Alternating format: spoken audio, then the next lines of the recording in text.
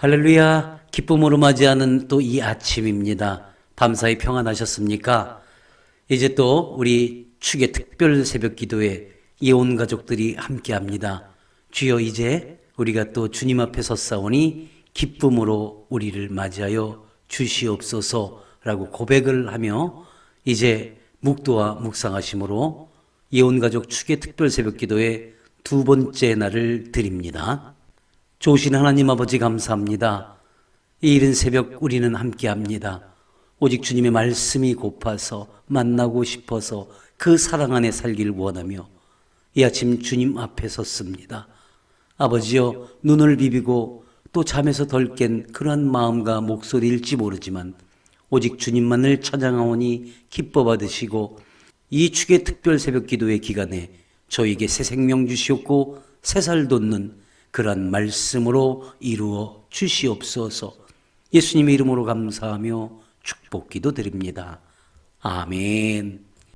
오늘 이 시간 우리 주님께서 우리에게 주신 생명의 말씀, 구약성경 잠언서입니다. 잠언서 16장 9절입니다. 우리 오늘도 함께 한 목소리로 합독하지요. 시작.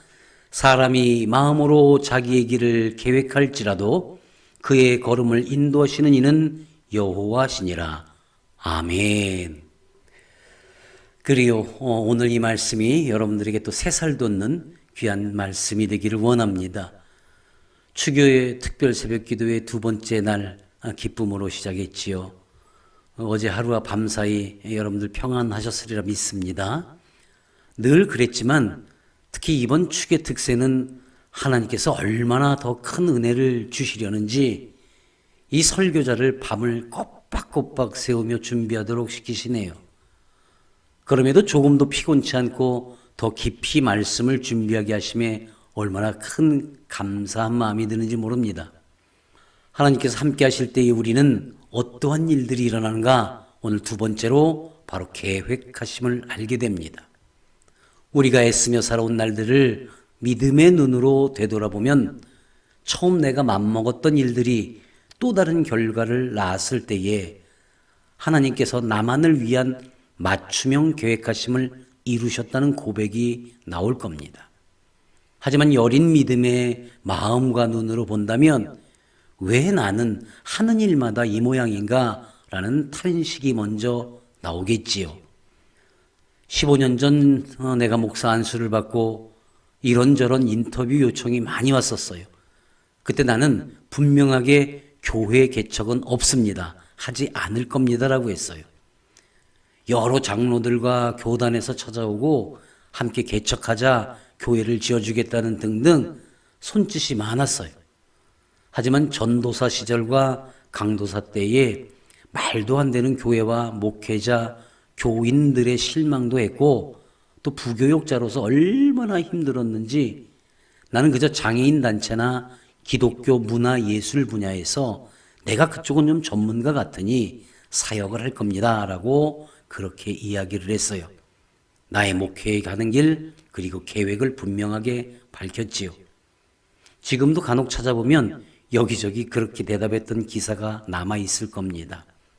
그게 내 계획이었고 또 그리하지 않게 된다면 내가 굳이 목사로 살아갈 이유가 없다고까지 했어요. 근데 오늘 본문 말씀에 사람이 마음으로 자기의 길을 계획할지라도 여기까지가 내 생각이며 계획이었던 거지요. 그런데 아무런 연고도 없는 이곳 파주에 협력 목사로 3개월을 있기로 했던 것이 저 골목 안에서 2년, 또 이곳 예원교회를 설립하고 8년, 지금 축의 특세 예배를 인도하고 설교를 하고 있어요. 걸음을 인도하시는 이는 여호와이시니라. 아멘. 말씀대로 되었지요.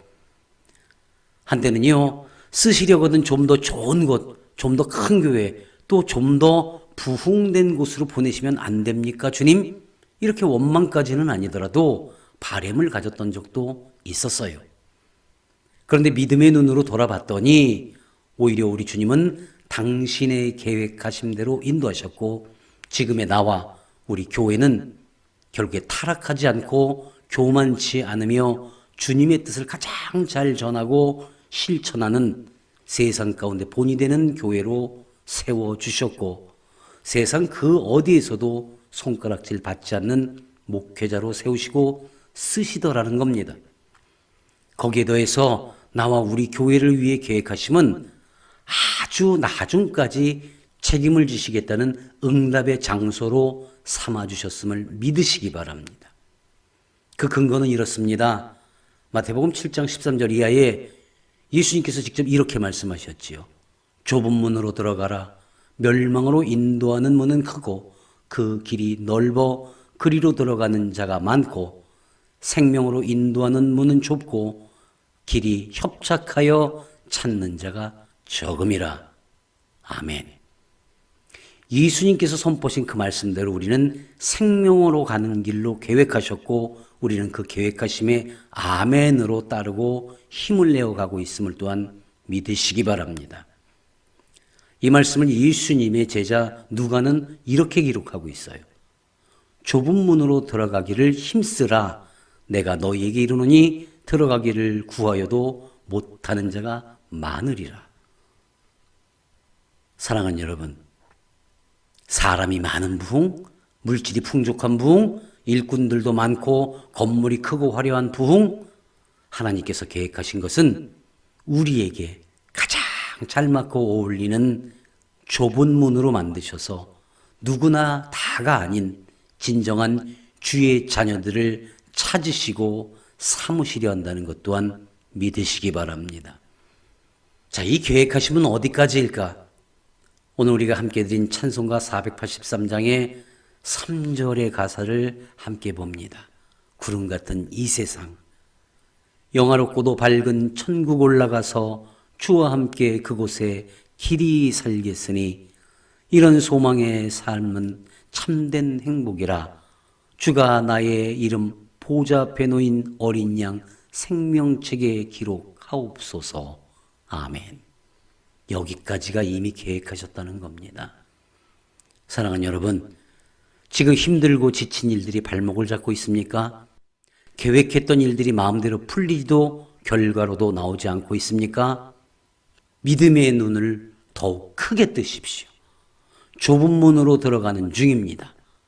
사람의 계획이 아닌 여호와 하나님의 계획하심을 느끼십시오. 눈물로 기도하십시오. 이런 조건에 맞추어진 계획하심을 찾아 알아가는 믿음의 눈이요, 영의 눈이 번쩍 띄어져 진정한 영원한 계획하심에 부흥되고 합당한 여러분 모두가 되시기를 예수님의 이름으로 간절히 축원합니다. 아멘. 하나님 아버지 감사합니다. 오늘 이 아침에도 우리를 다스려 주시옵고 말씀으로 만나 주셔서 저에게 새 생명 주셨사오니 감사를 드립니다. 이번 특별 새벽 기도회를 통해서 아버지와 좀 더 가까워지며 그 말씀 안에 살길 원하오니 아버지여, 오늘 이 시간부터 또한 영원까지 함께하여 주시옵소서. 예수님의 이름으로 감사하며 축복 기도드립니다. 아멘.